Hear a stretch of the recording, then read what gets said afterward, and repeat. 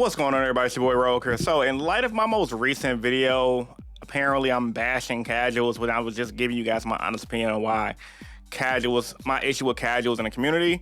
I made this video to literally help out the casual slash budget Yu-Gi-Oh players. On this video, I'm gonna give you guys the best tips. And now, honestly, if you want to play this game as a casual slash budget player. Before we get to the actual video, smash that like button, hit the subscribe button for more. Also, be sure to check out my links in the description down below. TradingCardMint.com for 7% off all your Yu-Gi-Oh orders or trading card game orders. And Imperium Duelist for 10% off your orders as well. So, you want to play this game, you're on a budget, you're a casual player, you don't take it too seriously, you just want to have fun. First thing you got to do is get rid of the mentality of having a pet deck. Your pet deck won't exist forever. I'm a long-time hero player. It sucked having to put my hero deck down. Eventually, I got tired of losing with it, and honestly, I kind of got bored of playing heroes. So, one thing I want to tell a lot of you casual players to do who don't want to be that competitive but just want to go to locals and maybe a regional every blue moon with your friends and family, find a good deck within your budget. There's nothing wrong with playing a cheaper deck that's good. You guys might be saying, hey Chris, there's not a lot of good decks right now, I can't compete. That's BS. Like I said in my last video, Meliodas, the deck is less than $100. Most of the deck is commons. Eventually, you might have to start picking up extra stuff for the future, like staples like, you know, IP, Masquerena, things like that. Not IP, what am I saying? SP Little Knight, I don't know if that deck plays Little Knight, but you can just play it in that deck. Cards like that got reprinted all the time. But if you just want to play solely at locals, pick up Meliodas. You can pick up things like Runic Stun just to get packs. If you want to really grind out your local experience, pick up a stun deck. Go X, learn that stun deck, master it. Go X1 and just stack up your entry packs, open up stuff, trade for the real decks you want to build. But let's say if you don't want to play stun, like I said, you play a deck like Meliodas, you can play a deck like Tenyu Sorso, which is getting new support in the Supreme Darkness format. And on top of that, there's other decks like Mermaid Atlantean, which ain't that expensive, but it's still a good rogue deck. You have Heroes, for example, that's not that good right now, but post-2 is going to be really decent, especially for on the local level. So there's lots of decks you guys can play that's affordable moving forward. You just got to find one that's within your budget, build from it from there, and use your local pricing because you're going to get it better with your deck. All these decks you have to master. No matter if you're playing meta, rogue, budget, whatever. Master your deck. I didn't always have money to buy things like Mo Charming Fualos and playing a full power deck like Rivals, for example. Even though I'm playing a budget version of Rivals because it's technically the best version of Fiendsmith, but Pure is like right under Fiendsmith in my opinion. Like there's a bunch of good cheap alternatives to play to the format. Find one, master it. You guys have to master your deck, even if you're playing all casual decks. If you go to an all casual tournament, there's gonna be a meta game within that casual field. Like you can't escape the metagame. Everything has a metagame. Even things like Beyblade, the spin top game, has a metagame. So find your deck within your budget, master it, take it to your tournament, and learn from it and go from there. It's not gonna be easy. You're gonna run into tryhards. Don't let tryhards get to you. That's in anything competitive, you're gonna have tryhards. And eventually, once you start making friends at your local card shop, a lot of you guys might start playing your casual games to the side. I see it happen all the time. I'm in Chicago. We have a lot of casual players in Chicago, and we have a lot of places where people just go, chill, have fun, and go from there. You don't have to always enter a locals. Now, if you guys are in smaller towns, I don't really have a solution for you because most of you guys have locals that are like an hour away, 90 minutes away. Go like once a month. Make the trip. Have fun. Like I said, take your casual deck. Most players are welcoming if you guys are willing to learn. So just don't crap on a competitive crowd thinking we're all just gun-ho bullying you because it's not the case. Practice online. That's my next tip. Number 2, practice online. So before you guys invest your money into this game, there's tons of free resources. We have 2 right now. One being Master Duel, which the meta is nowhere near the TCG. So take that practice with a grain of salt. It will help you get a better understanding of the concepts of the game if you're a newer player or returning player who just got back into Yu-Gi-Oh. However, with that being said, once you get the fundamentals of what deck you like in Master Duel, try online. Like I said, duelingbook.com is a really great resource to master your deck and go from there to see if it's really worth investing into or not. Like I said, pick one of those good cheaper alternatives for the format because the cheaper alternatives are going to alternate every format. Sometimes you might get lucky, like with the upcoming Blue Eyes structure deck coming out. You can play a deck like that. And things like, let's say, for example, Trap Tricks and Celebrate Grace. However, if you're not in a format like that, there's going to be good alternatives. Ritual Beast is another great example. really cheap deck. I know players who personally invested less than $100 in a deck and do well at locals consistently. One of my boys has actually won locals recently with Ritual Beast because of things like, Dimensional Shifter, Protoss Lock, things like that. So there's good alternatives. Practice online. Practice makes best. There's no way you're going to expect to do good in a tournament and have fun without practice. Now, you guys might say, oh, I don't want to play against meta decks. Well, dude, do you not want to play Yu-Gi-Oh at all? Because you're going to have to play, if you want to go to tournaments, you're going to have to play against meta decks. Once you start making friends, being social, which is why I play Yu-Gi-Oh personally, you're going to meet people like yourself who's like-minded that's going to want to play those casual games.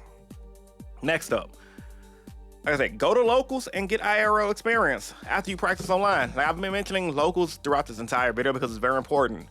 Don't be afraid of going to locals. If you don't have a locals in your area, that sucks. I feel bad for you. You have online alternatives. But for you people who do have locals who live in major cities like I do, get the real life experience. Don't get mad when you lose. Learn from your losses. I've been having this channel for over 10 years now. And in 10 years spent running this channel, when I was just gun-ho a rogue player, even though if you guys know my channel history, I've played rogue and meta throughout the 10 years, over 10 years I've been playing Yu-Gi-Oh! However, with that being said, I just play meta when I like the meta decks. Like I like Rizal because it reminds me of gadgets. With that being said though, go to locals, get practice, learn from your losses. Don't get discouraged. Every time, sometimes people locals have assholes, I get it. About 8 months ago, I personally almost got into a fight at locals myself because the dude just got the cursing, talking reckless and getting really ignorant because he thought I was trying to stall him in time. Things like that will happen. However, have a backbone, grow up here. Most casuals, I ain't gonna lie, y'all really ain't the type of dudes who's gonna let somebody come at y'all crazy anyway, because most of y'all are just regular people who play card games. And most of y'all, in my opinion, at least my experience with casual players, are normal people who hit the gym, who ain't got to really deal with a lot of toxic BS that people like myself deal with, even though I hit the gym myself as well. I'm a familiar face. Sometimes people feel like they can just try you because they're losing. That's neither here or there, though. You don't really have to deal with a lot of the toxic BS a lot of us regulars go through because you guys don't play as much anyway. So just, go to locals, have fun, learn your deck, and go from there. Don't be afraid just to go and get the real life tournament experience because players are chill. They will help out. Number 4, like I said, save your bulk and entry packs and invest into better decks. If you don't want to play those better decks, fine. Invest into your favorite deck. There was a locals I was going to a lot last year called Elizabeth, really chill locals, and a lot of players that played their favorite deck. There was a guy that loved Yubel. There was a guy that loved Black Wings. There was me with my hero deck, even though I eventually switched to Yubel because it's a Jade and Yuki deck. I had an awesome time. And those decks that those players ran were good. Like the Blackwing guy, for example. We and him used to have a good back and forth every week because Blackwings is not a bad deck for the format. Literally. And if you don't want to play a deck like Blackwings, you play a deck like, let's say, for example, for Luanderies. Now, everyone's saying, oh, for Luanderies dies to Perilia. However, if you are playing a casual game at locals, have a way to out for Perilia in your deck. Now, if they have Perilia during the draw phase, if you can save up and get at least one Perilia, if you want to make that investment after going to locals for a long time, put it in your side decks or put it in your main deck alongside Cross-Out Designator, which is a cheaper card. That way you can out Perilia, and you can run things that also been reprinted like Triple Tackle Thrust, set the that trap win card to stop your opponent from winning to using Monster Vex, and you're gonna win. So there's a lot of different solutions and strategies you guys can use when using your favorite deck and cheaper alternatives. You guys got to figure it out and go from there. And lastly, the last thing I'm gonna have on this list, because I ain't gonna lie, I mean, being a casual / budget player is almost the same thing as being a meta player. Study the meta. Like I said, once again, learn your opponent's decks, watch YouTubers. There's tons of great channels like DB Grinder who does highly competitive content. If you guys think that's boring and you don't want to watch Yu-Gi-Oh games, or if you guys are ignorant in the fact that you think Yu-Gi-Oh is over in one turn, that's not true, from at least in this meta. Last year meta with Snake Eyes, it was kind of true. Tournaments meta, it was kind of true. But real talk, dog, this current meta right here is not bad at all. We don't get metas like these that often. These decks like Rizal, Malice, Fiendsmith Rizal, freaking the other good decks in the format, they aren't decks that just win turn one unless they just draw godly. If you study the meta, bro, I guarantee you can do good. Just learn the decks, learn the matchups, learn the best side deck cards. Most side deck cards are dirt cheap right now. Like for Malice, Artifact Lancia. For Rizal players like Fiendsmith Rizal, Dimension Barrier is good. Different Dimension Grounds is good. The one that says when you activate it, cards must be sent to the graveyard. D-shifter decks are really good. So there's a lot of alternatives you guys have for this game. So like I said, I don't make videos, in all honesty, to beat people up, to discourage players from playing the game. Like I said, we're all geeks. We're all nerds at the end of the day.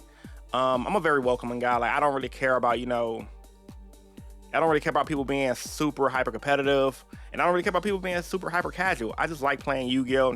I have fun playing Yu-Gi-Oh! So I think a lot of times you guys just watch videos like mine and take it at face value instead of trying to understand the message, where it's like, it's not that players are saying, hey, get good, even though we're technically saying get good in the video, but we're not directing it at every single player who like to play a budget deck. We get it, but you guys have to understand as well that this game is not always gonna be perfect. So you have to adapt or figure out a new solution for the meta, or just don't play. Take a break. There's nothing wrong with taking breaks. I've personally taken breaks from the game multiple times and came back stronger because of it. So yeah, play your decks, play your casual decks, figure out a way to win. Now, if you're one of those stubborn players who say, hey, I want to play my deck from 2002, F you, you're not going to tell me what to do, then I can't help you. It's either you want to win and do good, or you want to complain for the rest of your life. So tell me what you asked about this video in the comment section down below. Also, I'm not using AI thumbnail for this video. I don't personally have an issue with AI stuff. I did watch a lot of the videos. I find it odd that this year, out of all the years of AI being a thing, everyone's having an issue with AI art.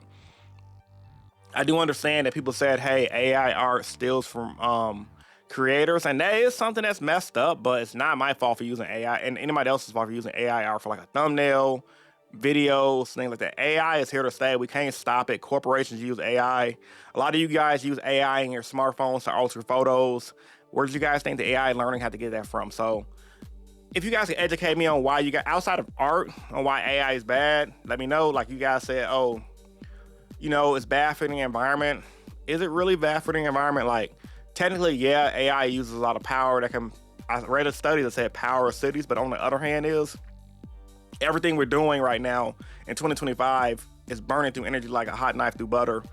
There's not really no good solution for that. Like I said, AI is here to stay. We can't stop it. That's just my philosophy on it. But hey, educate me. Let me know. I'm open-minded. I'm not sitting to sit up here and act so thick-headed like I know everything. So let me know what you guys think. This is your boy Rogue, and I'm signing out. Peace. I'm going to see you guys in the next video.